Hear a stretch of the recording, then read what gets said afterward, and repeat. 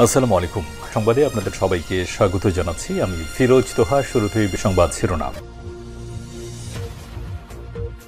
বাংলাদেশের সর্বশেষ গুরুত্বপূর্ণ আপডেট সংবাদে আপনাকে স্বাগত। শুরুতেই সংবাদ শিরোনাম, পরে বিস্তারিত। শুরুতেই জানাবো, ইসকন নেতা চিন্ময় কৃষ্ণ দাসের জামিন নামঞ্জুর। জাতীয় পতাকা অবমাননার অভিযোগে দায়ের করা মামলায় বাংলাদেশ সম্মিলিত সনাতনী জাগরণ জোটের মুখপাত্র ও চট্টগ্রামের হাটহাজারীর পুণ্ডরিক ধামের সাবেক অধ্যক্ষ চিন্ময় কৃষ্ণ দাস ব্রহ্মচারী ৩৮ জামিন নামঞ্জুর করে কারাগারে পাঠানোর নির্দেশ দিয়েছে আদালত। আজ মঙ্গলবার ২৬ নভেম্বর চট্টগ্রাম ৬ষ্ঠ মেট্রোপলিটন ম্যাজিস্ট্রেট কাজী শরীফুল ইসলামের আদালতে এ আদেশ দেয়। এরপর জানাবো, হামলায় ৫০ কোটি টাকার বেশি ক্ষতি, মামলার প্রস্তুতি নেওয়া হচ্ছে বললেন ডিএমআরসি অধ্যক্ষ। রাজধানী যাত্রাবাড়িতে ড মাহবুবুর রহমান মোল্লা কলেজে ডিএমআরসি হামলার ঘটনায় মামলার প্রস্তুতি নেওয়া হচ্ছে বলে জানিয়েছে কলেজ প্রশাসন। এদিকে সংবিধান সংস্কারে কমিশনের কাছে লিখিত প্রস্তাব দিল বিএনপি।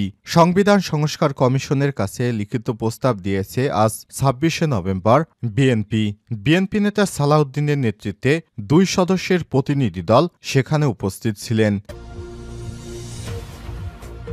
এবারে জানাবো, ভারতে মসজিদকে কেন্দ্র করে সংঘর্ষে নিহত ৪ জন মুসলিম, জামাত ইসলামের প্রতিবাদ। ভারতের উত্তরপ্রদেশের রাজ্যে মুঘল আমলের একটি মসজিদের জরিপ পরিচালনাকে কেন্দ্র করে সংঘর্ষের সময় অন্তত ৪ জন মুসলিম নিহত হয়েছে। এই ঘটনায় আহত হয়েছে অন্তত ৫০ জন। রাজ্যের সম্বল জেলায় হিন্দু মুসলিমদের মাঝে সংঘর্ষের ঘটনা ঘটে। এতে ভারতের প্রশাসন হিন্দুদের পক্ষ নিয়েছে। এর জন্য জামাত ইসলাম প্রতিবাদ জানিয়েছে। এবারে জানাবো, জোর করে পদত্যাগ করানো সেই উপাধ্যক্ষের মৃত্যু। আওয়ামী লীগ সরকারের পতনের পর জোর করে পদত্যাগ করানো চট্টগ্রাম নগরের হাজেরা তজু ডিগ্রি কলেজের উপাধ্যক্ষ SM আয়ুব ৫৯ মারা গেছেন। আজ হৃদরোগে আক্রান্ত হয়ে চট্টগ্রামের একটি বেসরকারি হাসপাতালে তিনি মারা যান। এবং সর্বশেষ জানাবো, ইমরান খানের মুক্তির দাবিতে উত্তাল পাকিস্তান, পুলিশ নিহত। কারাগার থেকে বিরাট বিক্ষোভের ডাক দিয়েছে পাকিস্তানের সাবেক প্রধানমন্ত্রী তেহরিকি ইনসাফ এর প্রতিষ্ঠাতা ইমরান খান। তার এই আহ্বানে রাজপথে নেমে এসেছে হাজার হাজার নেতাকর্মী। গণহারে গ্রেপ্তারের পরও ঠেকানো যায়নি জনস্রোত। উত্তাল হয়ে উঠেছে পাকিস্তান। নেতাকর্মীদের সঙ্গে সংঘর্ষে দেশটিতে একজন পুলিশ সদস্য নিহত হয়েছে। এছাড়াও আহত হয়েছে কয়েকজন। আজ বার্তা সংস্থা রয়টার্সের এক প্রতিবেদনে সব তথ্য জানানো হয়েছে। প্রিয় দর্শক, এতক্ষণ শুনছিলেন সংবাদ শিরোনাম, এবারে বিস্তারিত। তবে তার আগে বন্ধুরা, অনুরোধ থাকবে এই সংবাদটিতে একটি লাইক দিন। এই চ্যানেলে আপনি নতুন হয়ে থাকলে আমাদের সংবাদটি দেখতে দেখতে চ্যানেলটি সাবস্ক্রাইব করে রাখুন, যাতে করে বন্ধুরা আমাদের পরবর্তী লেটেস্ট আপডেট সংবাদগুলো সবার আগে আপনার কাছে পৌঁছে যায়। আর বন্ধুরা, কমেন্ট করে আপনার মূল্যবান মতামত জানিয়ে দিন আপনি বিশ্বের কোন দেশ থেকে বা বাংলাদেশের কোন স্থান থেকে আমাদের সংবাদটি দেখছেন এবং শুনছেন। এবারে বিস্তারিত। ইসকন নেতা চিন্ময়ের জামিন নামঞ্জুর। জাতীয় পতাকা অবমাননার অভিযোগে দায়ের হওয়া মামলায় বাংলাদেশ সম্মিলিত সনাতনী জাগরণ জোটের মুখপাত্র চট্টগ্রাম হাটহাজারী পুণ্ডরিক ধামের সাবেক অধ্যক্ষ চিন্ময় কৃষ্ণ দাস ব্রহ্মচারী ৩৮ জামিন নামঞ্জুর করে কারাগারে পাঠানোর নির্দেশ দিয়েছে আদালত। আজ মঙ্গলবার ২৬ নভেম্বর চট্টগ্রাম ৬ষ্ঠ মেট্রোপলিটন ম্যাজিস্ট্রেট কাজী শরীফুল ইসলামের আদালতে আদেশ দেন। এর আগে কঠোর নিরাপত্তায় সকাল ১০:৫০ তাকে আদালতে হাজির করা হয়। এ সময় আদালত প্রাঙ্গণে ভিড় করেন চিন্ময় দাসের ভক্তরা।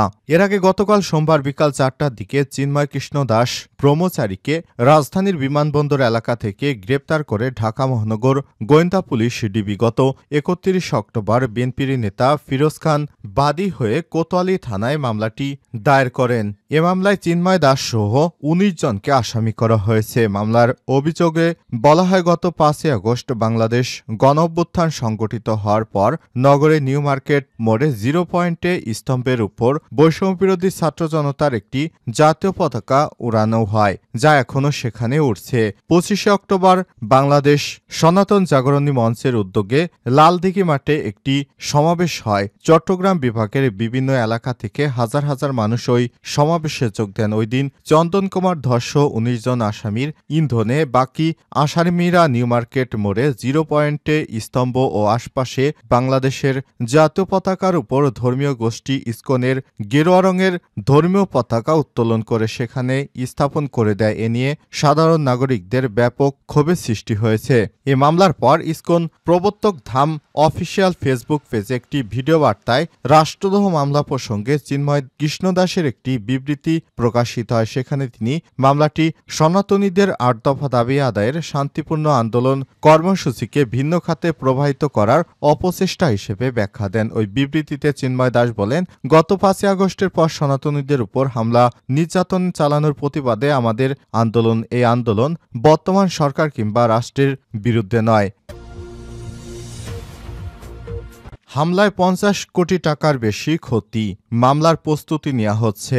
ডিএমআরসি অধ্যক্ষ রাজধানী যাত্রাবাড়ী ডক্টর মাহবুবুর রহমান মোল্লা কলেজে ডিএমআরসি হামলার ঘটনায় মামলার প্রস্তুতি নিচ্ছে কলেজ প্রশাসন। মঙ্গলবার ২৬শে নভেম্বর কলেজটির অধ্যক্ষ ওবায়দুল্লাহ নয়ন এসব তথ্য নিশ্চিত করেছেন। তিনি দাবি করেন, শহীদ সোহরাওয়ার্দী ও কবি নজরুল কলেজের শিক্ষার্থীদের হামলার ঘটনায় ডিএমআরসিতে ৫০ কোটি টাকার বেশি ক্ষয়ক্ষতি হয়েছে। মঙ্গলবার দুপুর ১২টার দিকে শহীদ সোহরাওয়ার্দী কলেজ ও কবি নজরুল কলেজের শত শত শিক্ষার্থী যাত্রাবাড়ী ও ডক্টর মাহবুবুর রহমান মোল্লা কলেজে হামলা ও ভাঙচুর চালায়। এ সময় কলেজটির বিভিন্ন সামগ্রী ও সরঞ্জাম নিয়ে যায় হামলাকারীরা। পরে দুপুর ১টার দিকে মাহবুবুর রহমান মোল্লা কলেজের শিক্ষার্থী ও স্থানীয় জনতা শহীদ সোহরাওয়ার্দী কলেজ ও কবি নজরুলের শিক্ষার্থীদের মধ্যে ধাপাল্টা ধাও সংঘর্ষের ঘটনা ঘটে। এতে রণক্ষেত্রে পরিণত হয় রাজধানীর যাত্রাবাড়ী এলাকা। এই ঘটনায় অনেকেই আহত হয়েছে, তাদের স্থানীয় বিভিন্ন হাসপাতালে নেওয়া হয়েছে। এক পর্যায়ে পরিস্থিতি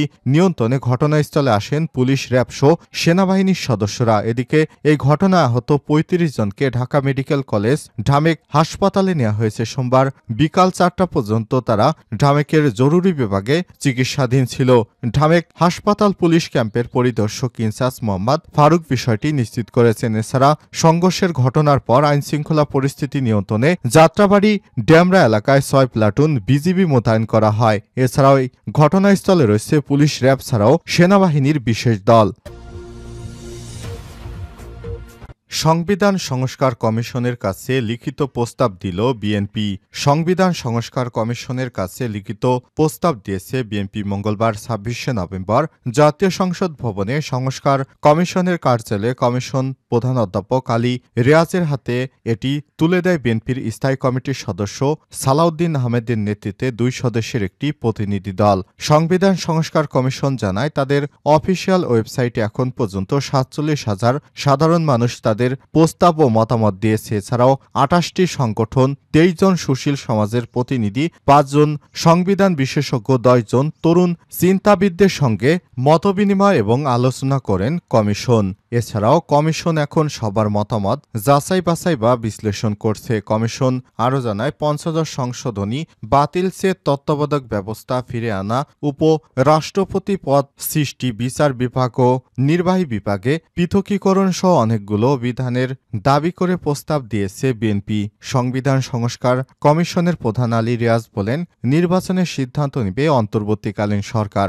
সংবিধান তো শুধু একটি নির্বাচনের জন্য না, প্রয়োজনে বিয়োজন পুনর্লিখন, যেখানে যে ধরনের সুপারিশ প্রয়োজন আমরা তা করব। ভারতে মসজিদকে কেন্দ্র করে সংঘর্ষে নিহত ৪, জামাতের প্রতিবাদ। ভারতের উত্তরপ্রদেশের রাজ্যে একটি মুঘল আমলের জামে মসজিদে জরিপ পরিচালনাকে কেন্দ্র করে সংঘর্ষের ঘটনায় ৪ জন মুসলিম নাগরিক নিহত হয়েছে। এই ঘটনায় আহত হয়েছে আরও ৩০ জন। রাজ্যের সম্বল জেলার রোববার সকালে এই সংঘর্ষের ঘটনা ঘটে।